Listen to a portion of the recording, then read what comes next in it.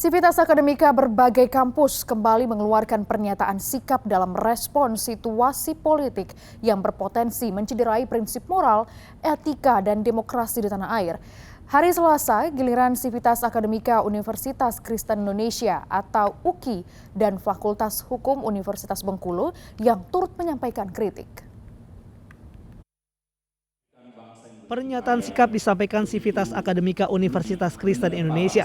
Dibacakan langsung oleh Rektor UKI Profesor Daniswara K. Harjono. Setidaknya ada 4 poin pernyataan sikap Sivitas Akademika UKI, yakni menyerukan kepada seluruh komponen bangsa untuk menciptakan suasana kondusif dalam pemilu yang damai, mengimbau penyelenggara negara, ASN, TNI dan Polri untuk menjunjung tinggi sumpah jabatan, etika, moral, dan mengutamakan kepentingan bangsa di atas kepentingan pribadi atau kelompok. Mendesak dihentikannya segala bentuk tindakan intervensi serta tindakan yang menindas kebebasan berekspresi dan mengajak masyarakat serta sivitas akademika di seluruh Indonesia untuk menciptakan pemilu yang jujur dan adil demi tegaknya demokrasi, hukum dan keadilan sosial. UKI juga memastikan dirinya independen dalam menyampaikan sikap dan tidak ada intervensi atau dipengaruhi oleh pihak manapun. Mengimbau pejabat penyelenggara negara, aparatur sipil negara, Tentara Nasional Indonesia, kepolisian untuk selalu menjunjung tinggi sumpah jabatan, etika, moral, serta mengutamakan kepentingan bangsa di atas kepentingan pribadi atau kelompok atau golongan atau partai politik tertentu. Pernyataan sikap juga dilakukan Sivitas Akademika Fakultas Hukum Universitas Bengkulu bersama sejumlah aktivis anti korupsi Selasa pagi. Deklarasi dan pernyataan sikap ini diikuti oleh Guru Besar Fakultas Hukum Universitas Bengkulu, sejumlah aktivis anti korupsi, dosen, dan mahasiswa, serta sejumlah alumni. Ada 9 poin pernyataan sikap yang mereka suarakan. Di antaranya, menguatkan kembali Pancasila sebagai nilai dasar dan etika bernegara, berbangsa, serta bermasyarakat.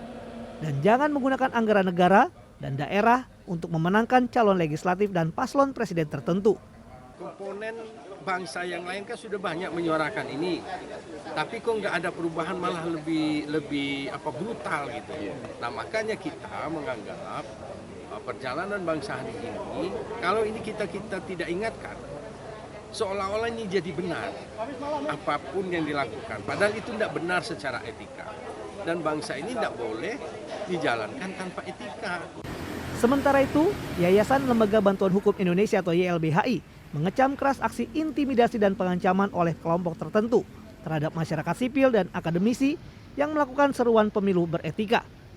YLBHI juga mendesak Presiden Jokowi kembali bersikap netral karena keberpihakannya kepada paslon tertentu telah menimbulkan keraguan aparat penegak hukum untuk bertindak saat terjadi intimidasi.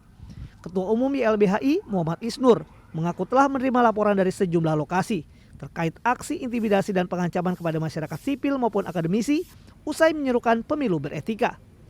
Kemarin misalnya konsolidasi mahasiswa di Kalibata dibubarkan secara paksa oleh sekelompok yang diduga oleh preman gitu. Nah, oleh karena itu YLBHI mengecam segala upaya intimidasi dan pengancaman ini. Ini bagian dari pembungkaman, bagian dari penghalang-halangan kebebasan berpendapat berekspresi. Dan YLBHI menuntut pemerintah Jokowi untuk kembali netral, kembali tidak berpihak, kembali menjadi presiden yang melindungi semuanya. YLBHI juga menyerukan kepada semua pihak untuk tidak takut dan berhenti menyuarakan keadilan dan kebenaran demi menciptakan pemilu yang jujur dan adil. Tim Liputan 6 SCTV melaporkan.